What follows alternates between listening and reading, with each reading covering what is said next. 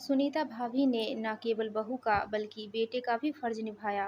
16 साल पहले जब उन्होंने सुरेश भैया के साथ फेरे लेकर यह वादा किया था कि वे उनके परिवार का ध्यान रखेंगी, वह उनके सुख दुख में उनका साथ देंगी, तब से वह वचन उन्होंने सदैव निभाया। जब बाबूजी सुरेश भैया के लिए सुनीता भाभी को पसंद करके आए थे, तब बुआ जी ने कहा था, बड़े शहर की लड़की है भैया जी, बातें भी बड़ी बड़ी करेगी, हमारे छोटे शहर में रह नहीं पाएगी। तब बाबूजी ने मुस्कुराकर कहा था, दीदी, मुझे लड़की की सादगी भा गई, देखना वह हमारे परिवार में खुशी खुशी अपनी जगह बना लेगी। बाबूजी की यह बात सच साबित हुई और सुनीता भाभी कब हमारे परिवार का हिस्सा बन गई, पता ही नहीं चला। भाभी हमारे परिवार की जान थी, उनके बिना त्योहार विवाह आदि फीके लगते थे। भैया सदैव काम में व्यस्त रहते थे, इसलिए घर के काम के साथ-साथ घर के बाहर के काम जैसे बिजली का बिल जमा करना, बाबूजी के दवा आदि लाना सब भाभी ही किया करती थी। माँ के देहांत के बाद उन्होंने मुझे कभी माँ की कमी महसूस नहीं होने दी। इसी बीच अमन के जन्म ने घर में खुशियों का माहौल बना दिया। सारा दिन बाबूजी उसी के साथ खेलते रहते। मेरे दोनों बच्चे अपनी मामी के इस नन्हे तोहफे से बेहद खुश थे। वे स्कूल से आते ही अमन से मिलने की जिद करते थे। मैं जब भी अपने पति रवि के साथ अपने मायके जाती तो भाभी न दिन देखती न रात, बस सेवा में लग जाती। इतना लाड तो माँ भी नहीं करती थी। एक दिन बाबूजी का फ़ोन आया और उन्होंने कहा, दामिनी, रवि को लेकर फ़ौरन चली आ बेटी, सुनीता को तेरी ज़रूरत है। मैंने तुरंत रवि को दुकान से बुलाया और हम दोनों घर के लिए निकल पड़े। मैं सारा रास्ता परेशान थी कि आखिर बाबूजी ने इस समय हमें क्यों बुलाया और भाभी को मेरी ज़रूरत है ऐसा क्यों कहा। मन में सवाल लेकर जैसे ही घर पहुंची तो देखा कि बाहर टैक्सी खड़ी थी और दरवाजे पर दो बड़े सूटकेस रखे थे। कुछ समझ नहीं आया कि क्या हो रहा है। अंदर जाते ही देखा कि बाबूजी परेशान बैठे थे और भाभी चुपचाप मूर्ति बनकर खड़ी थी। भैया गुस्से में आए और बोले, अच्छा, तो अब अपनी वकालत करने के लिए सुनीता ने आप लोगों को बुला लिया। भैया के ये बोल दिल में तीर की तरह लगे। तभी रवि बोले, क्या हुआ भैया, आप सब इतने परेशान क्यों हैं। इतना सुनते ही भाभी फुट फुट कर रोने लगी। भैया ने गुस्से में कहा, कुछ नहीं रवि, मैंने अपने जीवन में एक महत्वपूर्ण फैसला लिया है जिससे बाबूजी सहमत नहीं है। मैं विदेश जाना चाहता हूँ, वहाँ बहुत अच्छी नौकरी मिल रही है, रहने को मकान व गाड़ी भी। यह तो बहुत अच्छी बात है भैया, रवि ने कहा। रवि कुछ और कह पाते तभी भैया बोले, मेरी बात अभी पूरी नहीं हुई रवि, मैं अब अपना जीवन अपनी पसंद से जीना चाहता हूँ, अपनी पसंद के जीवन साथी के साथ। यह सुनते ही मैं और रवि हैरान से भैया को देखने लगे। भैया ऐसा सोच भी कैसे सकते थे। भैया अपने दफ्तर में काम करने वाली कोमल के साथ घर बसाना चाहते थे। सुनीता मेरी पसंद कभी थी ही नहीं। बाबूजी के डर के कारण मुझे यह विवाह करना पड़ा, परंतु कब तक मैं इनकी खुशी के लिए अपनी इच्छाएं दबाता रहूँगा। मैं बाबूजी के पैरों पर गिरकर रोती हुई बोली, बाबूजी, आप भैया से कुछ कहते क्यों नहीं, इनसे कहिए ऐसा ना करे, रोकिए इन्हें बाबूजी, रोक लीजिए। चारों ओर सन्नाटा छा गया।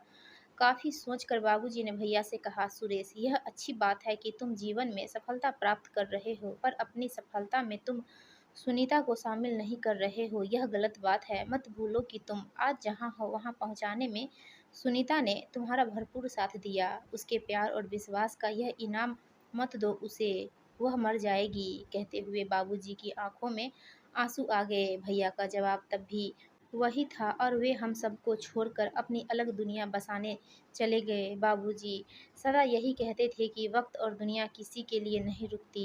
इस बात का आभास भैया के जाने के बाद हुआ। सगे संबंधी कुछ दिन तक घर आते रहे दुख व्यक्त करने, फिर उन्होंने भी आना बंद कर दिया। जैसे जैसे बात फैलती गई वैसे वैसे लोगों का व्यवहार हमारे प्रति बदलता गया।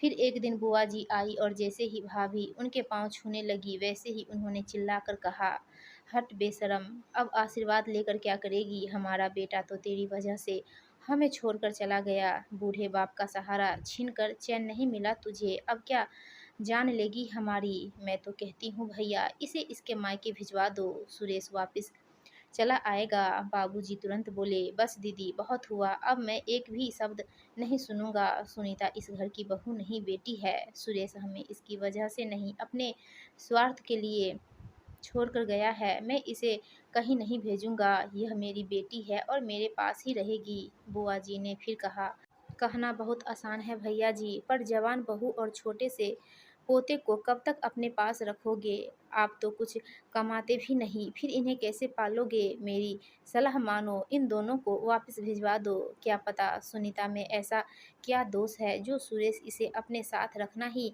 नहीं चाहता। यह सुनते ही बाबूजी को गुस्सा आ गया और उन्होंने बुआ जी को अपने घर चले जाने को कहा। बुआ जी तो चली गई, पर उनकी कही बात बाबूजी को चैन से बैठने नहीं दे रही थी। उन्होंने भाभी को अपने पास बैठाया और कहा, बस सुनीता, अब रोकर अपने आने वाले जीवन को नहीं जी सकती। तुम्हें बहादुर बनना पड़ेगा बेटा। अपने लिए, अपने बच्चे के लिए तुझे इस समाज से लड़ना पड़ेगा। तेरी कोई गलती नहीं है। सुरेश के हिस्से तेरी जैसी सुशील लड़की का प्यार नहीं है। तू चिंता ना कर बेटा, मैं हूं ना तेरे साथ और हमेशा रहूंगा। वक्त के साथ भाभी ने अपने आप को संभाल लिया। उन्होंने स्कूल में नौकरी कर ली और शाम को घर पर भी बच्चों को पढ़ाने लगी। समाज की उंगलियां भाभी पर उठती रही, पर उन्होंने हौसला नहीं छोड़ा। अमन को स्कूल में डालते वक्त थोड़ी परेशानी हुई, पर भाभी ने सब कुछ संभालते हुए सारे घर की जिम्मेदारी अपने कंधों पर उठा ली। भाभी ने यह साबित कर दिया कि अगर औरत ठान ले तो वह अकेले पूरे समाज से लड़ सकती है। इस बीच भैया की कोई खबर नहीं आई। उन्होंने कभी अपने परिवार की खोज खबर नहीं ली। सालों बीत गए, भाभी अकेली परिवार चलाती रही, पर भैया की ओर से कोई मदद नहीं आई। एक दिन भाभी का फोन आया, दीदी घर पर ही हो ना? शाम को आपसे कुछ बातें करनी है। हाँ हाँ भाभी, मैं घर पर ही हूँ, आप आ जाओ। शाम को भाभी मेरे घर पहुँची। थोड़ी परेशान लग रही थी। चाय पीने के बाद मैंने उनसे पूछा, क्या बात है भाभी, कुछ परेशान लग रही हो? घर पर सब ठीक है? थोड़ा हिचकिचाते हुए भाभी बोली, दीदी आपके भैया का खत आया है। मैं अपने कानों पर विश्वास नहीं कर पा रही थी। बोली, इतने सालों बाद याद आई उनको अपने परिवार की, या फिर नई बीवी ने बाहर निकाल दिया उनको? ऐसा ना कहो दीदी, आखिर वे आपके भाई है। भाभी की बात सुनकर एहसास हुआ कि आज भी भाभी के दिल के किसी कोने में भैया है। मैंने आगे बढ़कर पूछा, भाभी क्या लिखा है भैया ने? भाभी थोड़ा सोचकर बोली, दीदी वे चाहते हैं कि बाबूजी मकान बेचकर उनके साथ चलकर विदेश में रहे। क्या कहा? बाबूजी मकान बेच दे भाभी? बाबूजी ऐसा कभी नहीं करेंगे, और अगर वे ऐसा करना भी चाहेंगे तो मैं उन्हें कभी ऐसा करने नहीं दूंगी। भाभी आप जवाब दे दीजिए कि ऐसा कभी नहीं होगा। वह मकान बाबूजी के लिए सब कुछ है, मैं उसे कभी बिकने नहीं दूंगी। वह मकान आपका और अमन का सहारा है। भैया को एहसास है कि अगर वह मकान नहीं होगा तो आप लोग कहाँ जाएंगे। आपके बारे में तो नहीं, पर अमन के बारे में तो सोचते, आखिर वह उनका बेटा है। मेरी बातें सुनकर भाभी चुप हो गई और गंभीरता से कुछ सोचने लगी। उन्होंने यह बात अभी बाबूजी से छिपा रखी थी। हमें समझ नहीं आ रहा था कि हम क्या करें। तभी रवि आ गए और हमें परेशान देखकर सारी बात पूछी। बात सुनकर रवि ने भाभी से कहा, भाभी आपको यह बात बाबूजी को बता देनी चाहिए। सुरेश भैया के इरादे कुछ ठीक नहीं लग रहे। यह सुनते ही भाभी डर गई। फिर हम तीनों तुरंत घर के लिए निकल पड़े।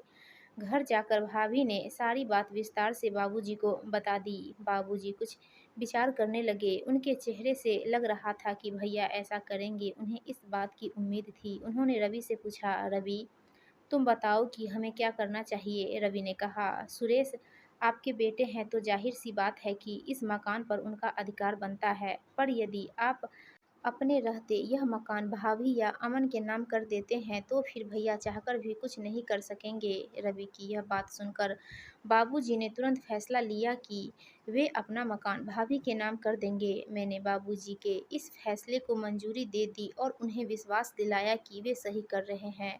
ठीक 15 दिन बाद भैया घर आ पहुँचे और आकर अपना हक मांगने लगे। भाभी पर इल्ज़ाम लगाने लगे कि उन्होंने बाबूजी के बुढ़ापे का फ़ायदा उठाया है और धोखे से मकान अपने नाम करवा लिया है। भैया की कड़वी बातें सुनकर बाबूजी को गुस्सा आ गया। वे भैया को थप्पड़ मारते हुए बोले, नालायक, कोई तो अच्छा काम किया होता। सुनीता को छोड़ कर तूने पहली गलती की और अब इतनी घटिया बात कहते हुए तुझे जरा सी भी लज्जा नहीं आई। उसने मेरा फ़ायदा नहीं उठाया बल्कि मुझे सहारा दिया। चाहती तो वह भी मुझे छोड़कर जा सकती थी, अपनी अलग दुनिया बसा सकती थी, पर उसने वो जिम्मेदारियां निभाई जो तेरी थी। तुझे अपना बेटा कहते हुए मुझे अफ़सोस होता है। भाभी तभी बीच में बोली, सुरेश, आप बाबूजी को और दुख मत दीजिए। हम सबकी भलाई इसी में है कि आप यहाँ से चले जाए। भाभी का आत्मविश्वास देखकर भैया दंग रह गए और चुपचाप लौट गए। भाभी घर की बहू से बेटी और अब हमारे घर का बेटा बन गई थी। दोस्तों, आपको ये कहानी अच्छी लगी हो तो प्लीज़ वीडियो को लाइक कीजिएगा और चैनल को सब्सक्राइब